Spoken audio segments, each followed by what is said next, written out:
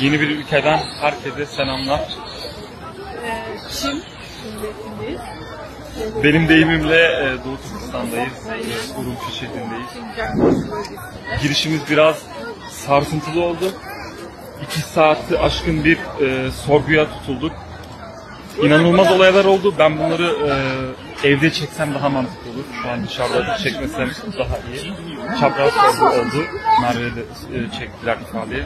Kaç şeyler dikkat çekti. Merve'nin başörtüsü, işte Türk kökenli oluşumuz, ismimiz. Senin tek kolun.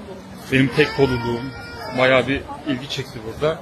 Haliyle bayağı bir sorguya tutulduk. Önümüzdeki 2 hafta burada izlenimlerimizi kameraya kaydetmeye çalışacağız. Fakat pek çok yerde çekim yasak. Meydanlarda, polisin yanlarında, çeşitli yerlerde çekimler yasak. Haliyle biraz kısıtlı olabileceğimiz yerler de olacak burada. Çekebildiklerimizi paylaşırız. Paylaşamadıklarımızı anlatmaya çalışırız. Öyle bir gezintimiz olacak. Sıra sıra başka noktaları da gezeceğiz hep birlikte. Urumçi'de girdiğimiz ilk cami, arkada gördüğünüz bu cami. Az önce cemaatle namaz kılmak nasip oldu. Farklı izlenimler var buralarda. Nasıl desem, nereden başlasam bilemiyorum. Biraz tehlikeli konular, derin sular. Fakat hoca mesela, Merve'ye de anlatayım çünkü kadınlar giremiyor burada camiye. Sadece erkeklere has bir şey. 3. kata çıktım burada az önceki mescitte. Her şey farklı, yani içeride zaten her yer kamera dolu. İçeride resim çekmek, video çekmek tamamen yasak. Dediğim gibi kadınların ve çocukların girmesi yasak. Erkekler de böyle bir kontrolden geçiyor. Orayı da çekmem yasaktı. Fakat bununla birlikte hoca Çinli birisi. Cemaat gayet dolu aslında ama yaşlılardan oluşan bir cemaat. Bizim açımızdan böyle gayet değişik bir deneyim ve izlenim oldu. Bu ziyaret ettiğimiz ilk camiydi. Bakalım diğer camilerde neler göreceğiz. Şu şekilde yine bir tane cami bulunuyor. Hani birkaç YouTube videosu izledik. Yabancılar bu camileri görüp işte camiler burada serbest gibi isimden bunlardan bahsediyor. Fakat bahsettiğimiz üzere kadınların girmesi mümkün değil. Erkekler de böyle kontrol altında giriyor. Mesela şu an namaz vakti olmadığı için camiye girmek mümkün değil. Ne benim için ne başka birisi için. Yani gördüğünüz üzere mesela tam şu odada böyle bir kontrol odası var. Sanki havalimanına giriyorsunuz. Bagajınız vesaire kontrolden geçirdikten sonra erkekseniz eğer mescide girme hakkını kazanıyorsunuz. Yani böyle bir durum.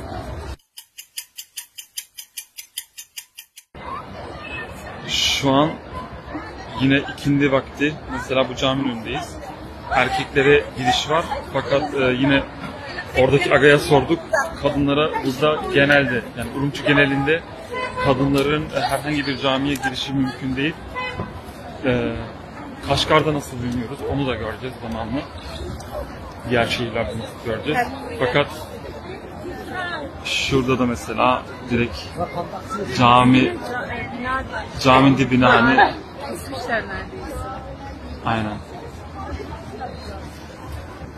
Ama buranın böyle tarihini anlayabilmek için, yani aslında adım başı şu ileride de var mesela. Adım başı bir kubbe görebilmeniz mümkün. Buranın yani aslında Müslüman toprağı olduğu her yönünden, her yönüyle açıktan belli. Burada da yine görmüş olduğunuz üzere minareli bir bina. Bana göre bir cami, fakat şu an tabi cami olarak işlemiyor. Yani maalesef tabi kelimesini kullanıyorum ama burada durum böyle. Arkamda görmüş olduğunuz bu cami Han Tengeli Cami olarak geçiyor. 1864'te yapılmış bu cami. Fakat şu an böyle altında kervansaray gibi yer var. Küçük küçük dükkanların bulunduğu, görüldüğü üzere. Kamerayı çevireyim. Böyle dış görünümü bu şekilde. İnternette eski resimler mevcut. Şu yeşil yazılı yerde. Daha önceleri Arapça Sanırsam kelime-i tevhid yazarken şu an Çin alfabesiyle bir şeyler yazılmış. Yani namaz vakitlerinde yine şuradan girip kontrolden geçip erkeklere giriş mevcut. Fakat burada da yine sorduk. Çocuklara ve kadınlara giriş yasak. Bu Urumçi'nin böyle büyük pazara yaklaşık 1,5 kilometre uzaklıkta bulunan Hantengeli Camii. Sanırsam en eski camilerden de bir tanesi. Böyle çok ayrıntı bakmadan genel izlenim kazanmış olduk Urumçi'den. İlk dikkat çeken her dükkanın üstünde Çin bayrağı. Yani Çin bayrağı gerçekten her yerde dediysem de yani Türkiye'nin çok üstünde bir sayıda her yerde bu ülkenin bayrağını görebiliyorsunuz. Adeta her köşe bizim dercesine. Öyle. Bir de camiler çok sık Aşkabat'tan, Türkmenistan'dan çok daha sık gördük. Ama hepsi dıştan kapalı, kontrollü, girişi kontrollü. Ve sadece namaz vakitlerinde açık ve sadece erkeklere açık. Pazarın hemen ana girişinin tam karşısında. Burada hemen bir tane mescit daha var. Fakat bu mescide de ne turistler ne de yerliler kafasının istediği gibi giremiyor. Bu da zaten böyle mimarisi farklı olarak üstünde bir hilal var. Tek belirti olarak caminin olduğuna dair. Ve bizim kullandığımız Google Maps haritasında zaten cami olarak da işaretli bir nokta değil. Fakat burayı da böyle çekmek istedik. Urumçi'nin en meşhur pazarına, büyük pazarın oraya geldik. Burada farklı kapılar var. Arkamızda gördüğünüz minare zaten buranın sembolü haline gelmiş. Etraf inanılmaz canlı. Bu pek çok kapıdan bir tanesini alıp meydana doğru ilerleyebiliyorsunuz. Şimdi hep birlikte pazarı gezelim. Şu an Urumçi'nin büyük pazarındayız. Buradaki büyük tarihi pazarın hemen böyle burasında arkamda gördüğünüz büyük minare ve en meşhur olan camilerden bir tanesini görebilirsiniz. Burada etrafta hep böyle dükkanlar mevcut. Dükkanların dışında burada sürekli dans gösterileri var. Hani turistlerin, Çinlilerin, yerlilerin gördüğünde gayet tatmin edici bulabileceği görüntüler belki. Fakat ben öyle düşünmüyorum. Bence bu sadece böyle bir gösterge. Ben bunun böyle biraz bir oyalama metodu olarak kullanıldığını düşünüyorum.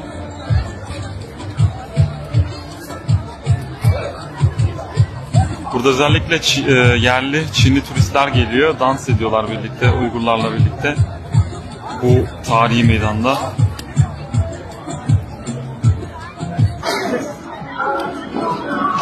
Buranın ana meydanı bu şekilde. Burada hemen görmüş olduğunuz üzere tarihi bir cami var. Burada görmüş olduğunuz üzere tarihi bir minare bulunuyor. Yapıt olarak Orta Asya'da pek çok görebileceğiniz yapıtlardan bir tanesi. Şimdi aşağı yukarı öğle namazı vakti de girdi. Hemen bir beraber bakalım. Seyahatimiz esnasında öğrenecektik ki Urumçi yine diğer şehirlere bakış en rahat olan şehirmiş. Buna rağmen burada ne Merve ne de 2 yaşındaki kızımızı hiçbir mescide almadılar. Hiçbir şekilde ibadet etmelerine izin verilmedi. Genel olarak camilerin içi kameralarla dolu. Sadece 50-55 yaş üstü erkeklerin alındığı, ezanı imamın okuduğu yani müezzinin olmadığı ve imamların Uygur olmadığı yerlerden bahsediyoruz. Her caminin içinde de mutlaka Çin bayrakları bulunuyor. Adeta insanın gözüne sokarcasına.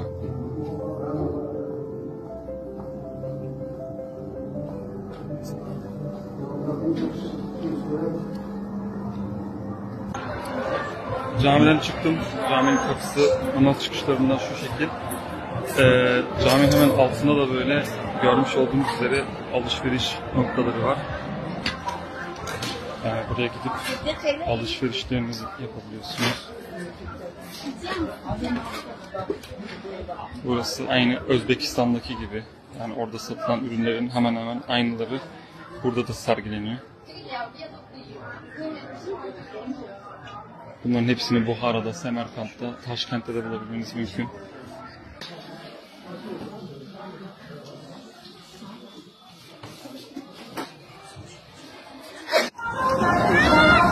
Burada böyle çok sayıda Uygur kültürünü gösteren, anlatan heykeller var.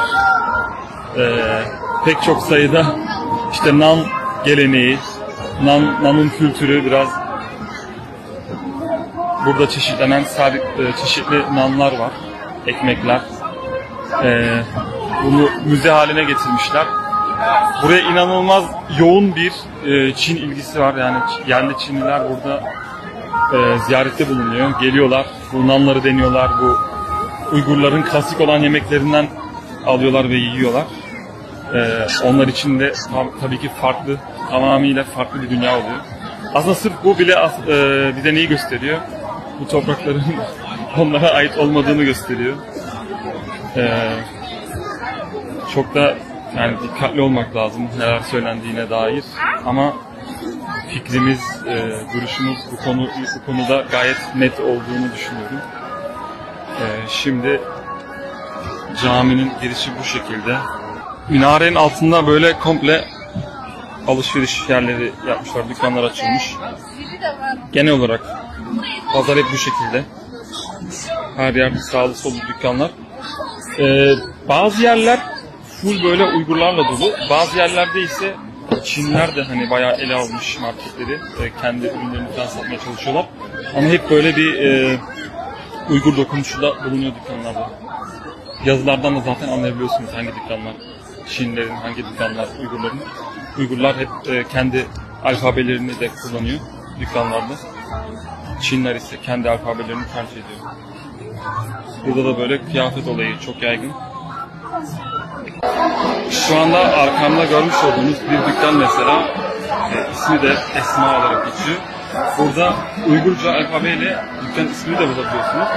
Fakat böyle pek çok başka dükkanlarda, mesela karşı tarafı gösterdiğimde görebileceğiniz üzere hep böyle Çin isimleriyle kullanıyorlar. Haliyle burada gayet net bir şekilde hangi alfabenin ön plana atıldığını görebilirsiniz, görebilmeniz mümkün oluyor. Merve, senin izlenimlerini alalım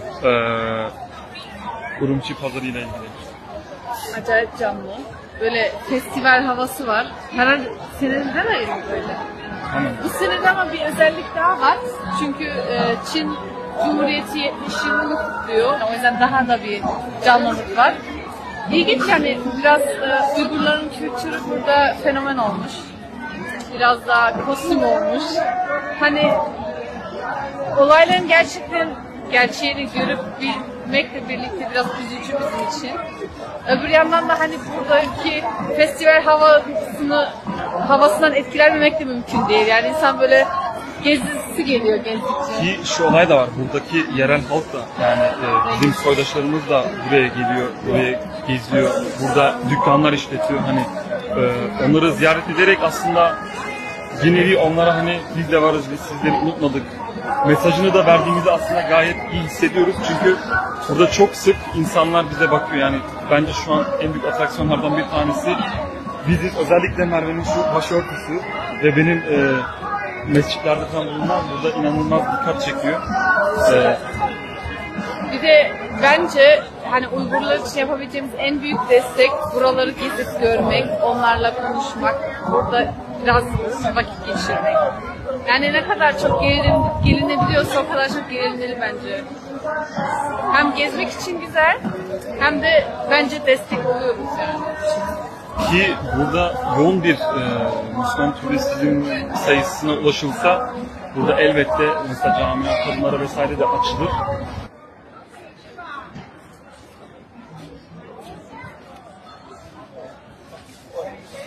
Bir şey dememe gerek var mı bilmiyorum. Anlayan anladı. Bina aslında bir mescit fakat hemen dibine böyle şu an pazarın tuvaletini yerleştirmişler. Mescitte tabii ki mescit olarak faaliyette değil. Onu da dipnot olarak düşelim. Sokak kenarında böyle gazete levhaları var. Herkesin okuyabileceği şekil. Bunlar hep Çince. Sağ tarafta ise Uygurca versiyonları. Ama gördüğüm üzere hep böyle işte Cumhuriyet'in 75. Burada niye 76 var bilmiyorum. 75. yıl dönümü kutlamalarıyla ilgili olsa gerek. Şu an Hongshan Parkı'na geldik. Burada arkamda görmüş olduğunuz noktada böyle insanların eğleneceği mekanlar kurmuşlar. Diğer tarafta ise böyle takılma yerleri var. Hemen arkamda gördüğünüzde tapınağın böyle bir giriş kısmı. Burada şehrin sembol haline gelmiş olan bir kule var, kırmızı kule. Oraya doğru yolda da sağlı sollu hep böyle eğlence mekanları görebilmeniz mümkün. Oraya doğru ilerliyoruz. Hongshan Parkı'nda da fark ettiğimiz nokta şu oldu ki, burada ibadethaneler genel olarak ibadethaneden çok park veya bahçe olarak adlandırılıyor. Etrafında da epey yeşillik kurulup ibadethaneler arka plana itiliyor.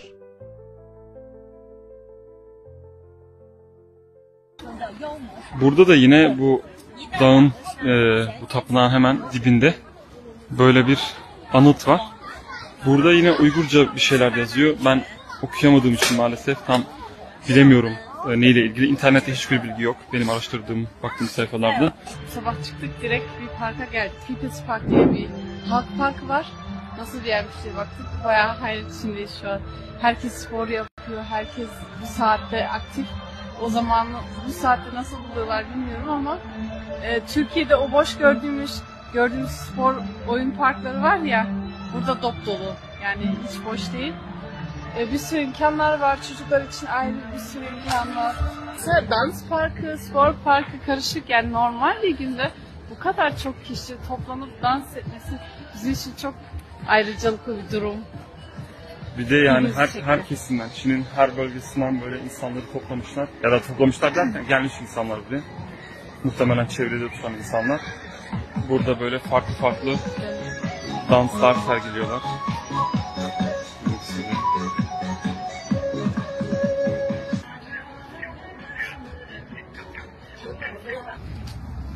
Merve, kısa bir durum bilgilendirmesi yap.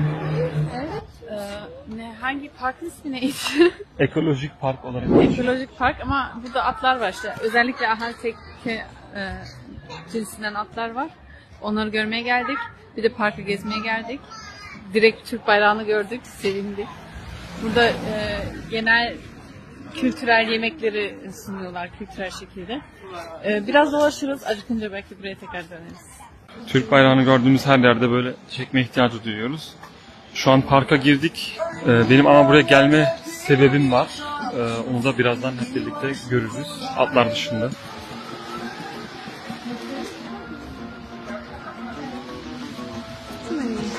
Doğa.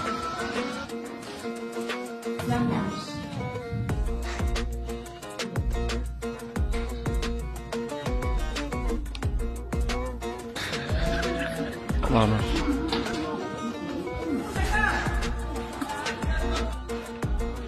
Benim için en önemli noktaya geldik. Burada Çinlilerin deyimiyle Grassland Stone Man and Deer Stone. Tam tercüme yapamadım ama taş adam ve geyik taşı olarak geçiyor. Burada Orta Asya'da pek çok yerde görebileceğiniz üzere balballar bulunuyor burada. Bunlar eski Türk mezar taşları. Bunlar yani görmüş olduğunuz bütün eserler hep eski Türk mezar taşları olarak. Evet, İslamiyet'ten önceki Türk mezar taşları. Bunların aynalarını yani birebir aynalarını aslında Burana'da, Kırgızistan'da, Çolpanata'da, Kırgızistan'da ki Anadolu topraklarına kadar pek çok yerde bulabilirsiniz. Hatta ve hatta şöyle yapayım. Hatta ve hatta bu mezar taşlarını burada Doğu Türkistan'da da Urumçi'den daha doğuda da bulabilmeniz mümkün. Bir yer var fakat oradaki taşları alıp müzeye götürmüşler. Orayı da ziyaret etmek istiyoruz daha sonrasında. Oraları da gösterebilmek açısından. Bir de